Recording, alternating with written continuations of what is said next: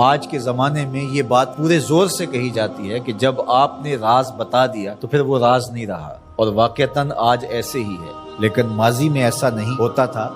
اور آج بھی جو اللہ کے بندے ہیں، جو حقیقی فلاح اور کامرانی والے لوگ ہیں، وہ آج بھی ان چیزوں کی پاسداری کرتے ہیں۔ یہ امانت ہے، اس امانت کو ضائع نہیں کرتے۔ اسی طرح آپ جو کام کرنے جا رہے ہیں، جو آپ کا ذمہ لگایا گیا، تاکہ مزدور 8 گھنٹے کی ڈیوٹی ہے تو وہ اس کے اندر کام چور بن جائے تو وہ بھی امانت کے اندر خیانت کر رہا ہے۔ دفتری ذمہ داریاں ہیں تو وہ ان کو نہ نبھائیں، سارا دن سائلین باہر دھکے کھا رہے ہوتے ہیں اور اندر میٹنگز چل رہی ہوتی ہیں۔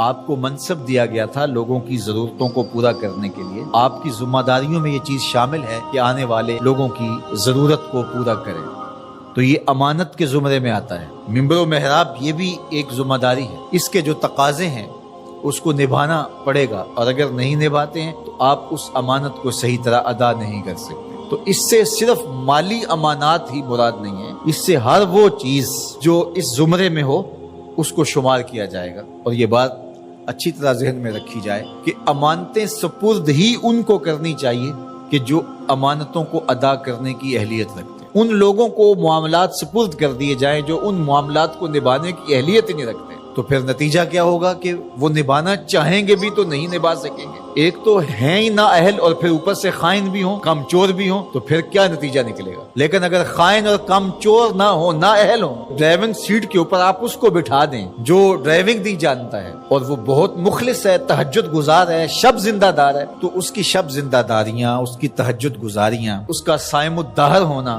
اس کا قائم اللیل ہونا، کیا گاڑی کو کھڈے میں گرنے سے بچا لے گا؟ تو وہاں بٹھانا اس کو چاہیے جو کہ اس منصب کے تقاضوں کو پورا کرنے کی اہلیت رکھتا ہو۔ جو اہلیت نہیں رکھتے ہیں ان کے ذمے آپ کوئی کام لگا دیں گے تو اس کا نتیجہ یہی ہوگا کہ وہ کام صحیح ہونے کی بجائے الٹا خراب ہوگا۔ اللہ کے محبوب علیہ السلام نے قیامت کی نشانیاں بیان کرتے ہوئے ایک نشانی یہ بھی بیان فرمائی تھی، اذا وسد الامر الی غیر اہلہ فانتظر الساعہ، جب معاملات ایسے لوگوں کے سپرد کیے جائیں جو نااہل ہوں تو فرمایا پھر قیامت کا انتظار کر۔ اس لیے ہمیں اپنی زندگی پر بہت زیادہ غور کرنا ہوگا، جو میرے ذمے کام ہے میں اس کو نبھاؤں اور اس کو دل و جان سے نبھاؤں۔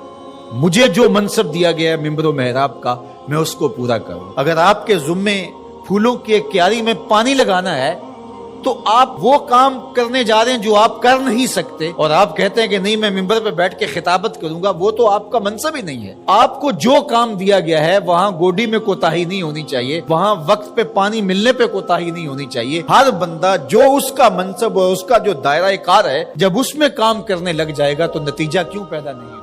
یہاں مسئلہ یہ ہے کہ ہر بندہ کہتا ہے کہ میں یہ کروں گا جو وہ کر ہی نہیں سکتا ہے، اور کچھ لوگ توقع بھی لگا کے بیٹھتے ہیں اور ہم حیران ہوتے ہیں کہ یہ کس طرح ہو سکتا ہے، جو ضابطہ اس کے مطابق ہی کام ہوتے ہیں۔ تو اللہ تعالیٰ جل شانہ اس قوم کی حالت نہیں بدلتا جو اپنی حالت خود بدلنے کے لیے آمادہ نہیں ہوتی۔ آج امت مسلمہ کا مسئلہ یہ ہے کہ امت مسلمہ میں وہ صلاحیتیں جو ہونی چاہیے تھی، ایک تو مفقود ہیں، دوسرا تقسیم کار نہ ہونے کی وجہ سے آج امت لڑکتی چلی جا رہی ہے، اور آج ہم وہاں کھڑے ہیں جہاں ہمیں کھڑا نہیں ہونا چاہیے تھا۔ خدا کرے کہ اس چمن میں بہار آئے اور یہ امت پھر فروغ پائے، اور اگر ہم اپنے حصے کا کام نہیں کریں گے تو اللہ تعالیٰ جل شانہ اس دین کو کبھی مٹنے نہیں دے گا۔ یہ بات ذہن میں رکھیے گا، یہ دین غالب ہی رہے گا، یہ دین ہمارا محتاج نہیں ہے۔ اللہ ہماری جگہ کسی اور شخص کو لے آئے گا اور اس کے ذریعے سے دین کو غالب کرے گا۔ اس لیے ہم نے اپنے حصے کا کام کرنا ہے، اس کو کبھی بھی ترک نہیں کرنا ہے۔